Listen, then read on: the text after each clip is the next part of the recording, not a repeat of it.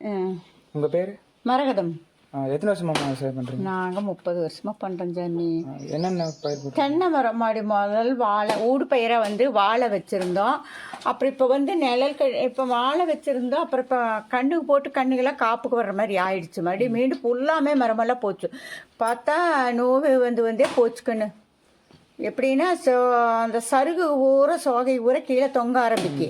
அப்புறம் மரத்தில் என்ன பண்ணுதுன்னா அந்த வடியும் ப்ரௌன் கலர்ல வடிய ஆரம்பிச்சது. நாங்களும் செல்பாஸ் மாத்திரை அது இதுல எதை நிறைய சொன்னாங்க. நமக்கு அதுக்கு முன்னாடியே நாங்க எல்லாமே வெட்டிட்டு இப்போ ஒரு 150 கன்று நான் புதுசா மறுபடியும் மீண்டும் பூராமே வெட்டிட்டோம். அதை வெட்டிட்டு அடுத்த கண்ணு போட்டு விட்டுட்டு அந்த நோவு வந்த மரங்களை எல்லாமே வெட்டி எடுத்துட்டோம். வெளியே எடுத்துட்டு மறுபடி இப்போ கண்ணு போட்டு இப்போதான் எங்களுக்கு இன்னுமே காப்பு வரல. இப்போ 100 மரங்க பாலை தள்ளி இருக்கு, ஒன்று இளநி வச்சுருக்குது. இன்னும் 1 வருஷத்துக்கு மேலே ஆயிருந்தாலும் போகிற மரங்களும் வர்றதுக்கு. இப்போ தற்காலிகமாக எங்களுக்கு பெரிய வருமானங்கிறது ஒன்றுமில்லை. ஏகதாச மரம் பூரா வெட்டி எடுத்தாச்சு. 5 ஏக்கரை பூமிக்கு 1000 தேங்காய் தான் விழுந்துச்சு. நான் எப்படி நாங்கள் 2 மாதத்துக்கு ஒருக்க காய் போடுறோம். 1000 தேங்காய் வச்சு எல்லா செலவும் எப்படி ஓட்ட முடியும்? கஷ்டம் தான். சிரமமாக மாற்ற தெரியுது. தோப்பை என்னமோ மண் இருந்தால் நாளைக்கு விலை போகுதுங்கிறதுக்காகத்தான் நாங்கள் இந்த மண்ணை வச்சுட்டு இருக்கிறோம். ஊடு பயிர் பண்ணுறக்கும் எங்களுக்கெல்லாம் இந்த ஒரு ஏரியான்னு பார்த்தீங்கன்னா உப்பு தண்ணி. இந்த இடம் ஃபுல்லாக உப்பு தண்ணி தானே? ஆமாம் சாமி. ஒரு சரளை இப்போ இந்த இது விட்டு ஒரு 4-5 தோட்டம் வரைக்குமே உப்பு தண்ணி நல்லா. எந்த இடங்கம்மா அது? கொண்டையம்பாளையம்.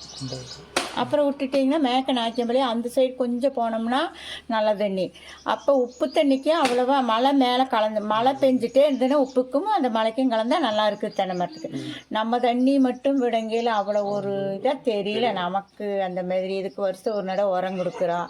அப்புறம் ஒரு நடை அந்த டானிக்கு மாதிரி அந்த டானிக்கு கலக்கி 21 தோண்டி என்னமோ ஒரு பக்கெட்டுக்கு கொடுத்தாங்க. அதையும் வாங்கி எல்லாம் கலக்கி நல்லா தண்ணியில் கலக்கி எரு போட்டு எருவு மேலேயே சுற்றியுமே விட்டோம். சின்ன கண்ணுகளுக்கெல்லாம் என்ன பண்ணுன்னா கடப்பாறையில் குழி போட்டு 4 பக்கம் குழி போட்டு அதில் விட்டோம் அந்த டானிக்கு. நாங்கள் எல்லாமே படி பார்த்துட்டு தான் இப்போ பாரு சும்மாவே உழவு கூட ஓட்ட முடியாது விட்டுட்டோம் பாரு. களைகொல்லி அடிச்சு எல்லாமே தென்னை கொஞ்சம் மாட்டுக்கு பயிர். இந்த பிரச்சனைலாம் போகணுன்னா என்ன பண்ணால் போகணும்னு நினைக்கிறேன்? என்ன பண்ண நாங்கள் இப்போ ட்ரை பண்ணிகிட்டே இருக்கோம் சாமி. பார்க்கல. இப்போ புதுசாக கன்று வச்சாச்சு. இனி கண்ணுக்கு வரும் நீ ஆட்டு உரம் மாட்டு உரம் எல்லாமே கொடுக்குறோம். இனி கொடுக்கலாம் அப்படின்ட்டு இருக்கிறேன். நீ போன வருஷம் போட்டதே 1 வருஷம் ஆயாச்சு. இப்போ எல்லாம் இருக்கிற எதுவும் எடுத்து போட்டு இயற்கை வேளாண்மை அதெல்லாம் இயற்கை வேளாண்மை என்ன கன்று இன்னைக்கு பண்ணுறாங்க. எது பண்ணாலும் நாற்றே போய் இப்போ நாங்கள் தான் தக்காளி மிளகாய் இதெல்லாம் வைக்கிறதில்ல. பக்கத்தில் அந்த சைடெல்லாம் வைக்கிறாங்க. அது நாற்றே போய் விலைக்கு. முதல்ல நாங்கள் அப்படி இல்லையே. வேறு நாங்களே விதை எடுத்து வச்சுக்குவோம். மிளகாய் தக்காளி கத்தரி எல்லாமே நம்மளே எடுக்கிறதுங்கன்னு. நம்ம முதல் போடுறோமில்ல அந்த வெள்ளாமையிலேருந்து அந்த பழுத்து பழங்களை எடுத்து நம்மளே தரமான பழங்களை பார்த்து எடுத்து நம்மளே பொழிஞ்சு எடுத்து காய வச்சு நாங்களே நாற்றுக்கு மெட்டுப்பாத்தி பிடிச்சி அதுலேயே நாற்று விட்டு நாங்கள் தான் எடுத்து வச்சுட்டு இருந்த தக்காளியெல்லாம் எனக்கு தெரியும். நாங்களே தான் தக்காளி நாற்று எடுத்து வச்சுக்குவோம். மிளகா நாற்று கத்திரி நாற்று. அதனால் அதுகளாக வைக்கல இருந்ததை விட இப்போவே போய் நாற்று தான் வாங்குகிறேன். 2 ரூபா 3 ரூபா கொடுத்து ஒரு நாற்றுக்கு. இருந்தாலும் நம்ம விட்ட நாற்றுக்கு மாதிரி இல்லை. அதுக்கு எவ்வளோ செலவு அதிகமாகுதுங்க. அன்றைக்கி சும்மா நாங்கள்லாம் காட்டுக்குள்ளே சும்மா பாத்தி பிடிச்சி அப்போ கட்டு தண்ணி இப்போ சொட்டு நீர் அதில் தான் நாங்கள் பாத்தி பிடிச்சி நாற்று வச்சு விட்ருவோம். அப்புறம் இந்த கொடி கட்டுறது இந்த மாதிரி எல்லாம் இல்லை. தானா 2 களை எடுத்து விடுவோங்கன்னு. அப்புறம் உரம் கொடுப்போம். யூரியா தான் இல்லைன்னா இந்த காம்ப்ளெக்ஸு சிஎன் எல்லாமே கலக்கி கொஞ்சம் கொஞ்சம் ஒரு செடிக்கு இருந்தாலும் கொத்தி இப்படி போட்டு வந்துடுவோம். அதே தான். அப்போ ஈல்டெல்லாம் இப்போ கிடையாது. அப்புறம் இப்போ பூராமே நாற்றுலேருந்து மருந்தடிக்கிறோம். அப்புறம் ஒரு கொடி கட்டுறதுனால செலவு வருது கண்ணே. 1 ஏக்கராவுக்கு கிட்டத்தட்ட 1 ஏக்கராவுக்கு 60,000 வந்துருவோம். பூரா கம்பி அடிக்கணுமா டொயினா. அப்புறம் டொயின் ஒவ்வொரு முறையும் கொழுந்து விட கட்டிகிட்டே இருக்கணும். ஆளுக்கு டெய்லியும் 10 ஆள் காட்டுக்குள்ள இருந்துட்டே இருக்கீங்களா. கூலி என்னாவது 350 ரூபா சாமிங்கெல்லாம். ஒரு ஆளுக்கு பொம்பளையாள் வேலைக்கு வந்தால் 350, ஆம்பளையாள் 700 ரூபா. அப்போ அது என்ன கட்டு வழியாகுது நமக்கு. பழம் ஒரு நாளைக்கு பார்த்தா இந்த வாரம் பார்த்தா 1 கிலோ பழம் 60-70க்கு விற்கிது. மடாரம் பார்த்தா போன வாரம் 20 ரூபாய்க்கு விற்கிது. 20 ரூபாய்க்கு விற்கல என்ன ஒன்றும் பண்ண முடியாது. அந்த மாதிரியே இயற்கையாக செஞ்ச எல்லாருமே அப்படி போயிட்டாங்களே. யாரும் இயற்கை விவசாயம் பண்ண விரும்புறதில்லை பொதுவில். எல்லாருமே அப்படி போகல, நம்ம தனிப்பட்ட மாதிரி வர முடியாதுல்ல. அப்படியே போய்ட்டு விவசாயம் எல்லாம் மறைஞ்சிட்டு வருதுன்னு விவசாயம் எனக்கு ஒரு விவசாயம்னாலே விருப்பமே இல்லாமல் இல்லை தங்க ஒரு 1000 தேங்காய் தான் ஆச்சுப்போ 5 ஏக்கருக்கு 1000 தேங்காய் 1000 தேங்காயில் எத்தனை ரூபா வரப்போகுது? அதை வச்சு நம்ம சாப்பிட்டு நல்லது கெட்டது மெடிக்கல் செலவு எல்லாமே வருதில்ல. கஷ்டம். விவசாயம் மட்டும் தான் பாக்குறீங்க?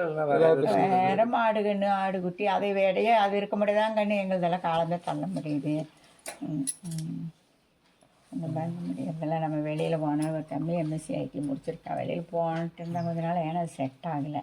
சரி கொஞ்ச நாள் போவோன்ட்டு நம்ம பக்கம் அப்ளிகேஷன் போட்டிருக்குது. பாப்பா முடிச்சுட்டா ஐடி ஃபீல்டில் உள்ள போயிட்டேன், சாஃப்ட்வேர் இன்ஜினியர் இருக்கிறேன். அப்படி வச்சுடா இதெல்லாம் வச்சுட்டு அப்புறம் நாங்கள் ஓட்டுறதே காலத்தை. இவர் வந்து ஸ்கூல் டிரைவராக போயிட்டுருக்காரு, பஸ் ஓட்டிட்டு இருக்கிறாரு. இப்போ இவ்வளோ பிரச்சனை சொல்கிறீங்களாம்மா, இதெல்லாம் வருங்காலத்தில் தீரணும்னா என்ன பண்ணால் நல்லா இருக்கும்னு நீங்கள் நினைக்கிறீங்க? என்ன பண்ணணும்னு போராடிட்டு இருக்கிறேன், என்ன பண்ணுறது பார்க்கலாம். அது ஒரு தீர்வு ஏதாவது தீர்வு என்ன பண்ண முடியும்? நம்ம ஒன்று பார்ப்போம். இந்த தென்னைகளுக்கெல்லாம் நம்ம விவசாயம் நல்லா இருந்ததுன்னா நம்ம வெளியே போக வேண்டாம், நம்ம தோட்டத்துக்குள்ளே இருக்கலாம் அப்படின்னு நம்ம விரும்புகிறோம். இந்த விவசாயத்தையே நம்பி ஒரு குடும்பத்துக்கு எல்லாமே பண்ண முடியாதுங்க. என்ன நாளைக்கு வருங்களா நீங்கள் இருக்கிறீங்க பசங்க, நாளைக்கு உங்களுக்கு நாங்கள் ஏதோ ஒன்று பின்னாடி நாங்கள் ஒரு வழி பண்ணால் தானே உங்கள் லைஃப் நல்லாயிருக்கு. நாங்களே கடனில் போனோம்னா அப்புறம் நீங்கள் எடுத்தோன்னே உங்களுக்கு கடனை கொடுத்தா நீங்கள் எப்படி, அப்புறம் நீங்கள் எப்படி லைஃப்பில் மீண்டு வர்றது எப்படி? அப்படிதான் ஆசைப்படுறா. ஏதோ பூமி இருக்குதுன்னு நிறைய பேர் பார்க்குறாங்கன்னு பார்த்துட்டு சிரமம் என்னோட கஷ்டம் தாங்க முடியல, கடனோட வாங்க முடியாமல் கடனை வாங்கி மேற்கொண்டு கடனை வாங்குறாங்க. கடன் வாங்கிட்டு கடைசியில் 1 ஏக்கரா விற்கிறாங்க. போச்சா 1 ஏக்கர் மண் வீணாக போச்சாங்க. நம்ம அப்படி இல்லை, நம்ம நினைக்கிற இந்த மண்ணை காப்பாற்றி விற்கணும் பின்னாடி வர்றவங்களுக்கு, நம்மளே விற்று செலவழிட்டு போயிட்டால் பின்னால் என்ன பண்ணுங்க அப்படிங்கிற ஒரு இதில் தான் போயிட்டுருக்குறேன். எங்கள் ஏரியாவே நிறைய பேர் அந்த பக்கத்தோட்டத்தில் ஃபுல்லாக கடனை வாங்கி விற்றுட்டாங்க. பூமி 4-5 ஏக்கர் பூமி இருந்தது, விற்றுட்டு என்ன பண்ணுவோம், போய் ஒரு வீட்டை வாங்குவோம், ஒரு கோடிக்கு ஒரு வீடு வாங்குவாங்க, ஒரு 20 லட்சம் போட்டு ஒரு காரை வாங்குவாங்க, ஒரு 2-3-4 வருஷம் ஜாலியாக இருக்க கையில் பின்னாடி. அதனால் நம்ம ரொம்ப தூரம் யோசனை பண்ணி தான் போகணும். அதனால் எதை எங்களுக்கு இந்த விவசாயத்தையும் கூட எதை இவங்கெல்லாம் வேலைக்கு போகிறதுனால நம்மலாம் மாடு வச்சுருக்குறோம்.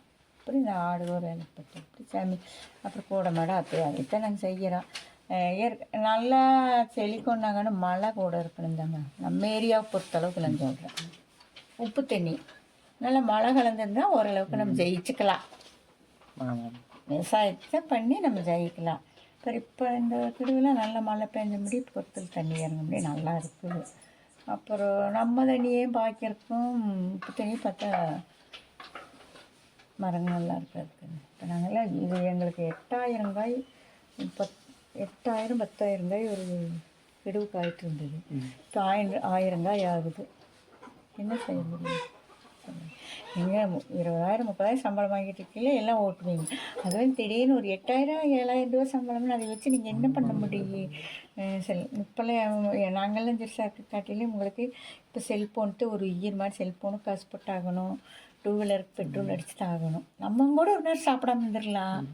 இதெல்லாம் செலவு அன்றாட கட்டாயமாக ஒரு மனிதனுக்கு செலவு. இன்றைக்கி வீட்டில் 4 பேர் இருந்தால் 4 பேருக்கு 4 வண்டி, 4 செல்ஃபோன், இதுக்கு அன்றாட காசு போட்டால் தான் இருக்க முடியுந்தாங்க. அதனால் எப்படியும் ஏதோ ஒன்று பண்ணலாம் அப்படிங்கிறதுக்கு நாங்கள் ஏதாவது கொஞ்சம் பயிர் போட்டு இன்னும் 2 மாடு பால் மாடு வச்சுக்கலாமா அப்படின்னு பிற்காலத்தில் கொஞ்சம் கஷ்டத்தை போக்குறதுக்கு அதைத்தான் செய்ய முடியும்.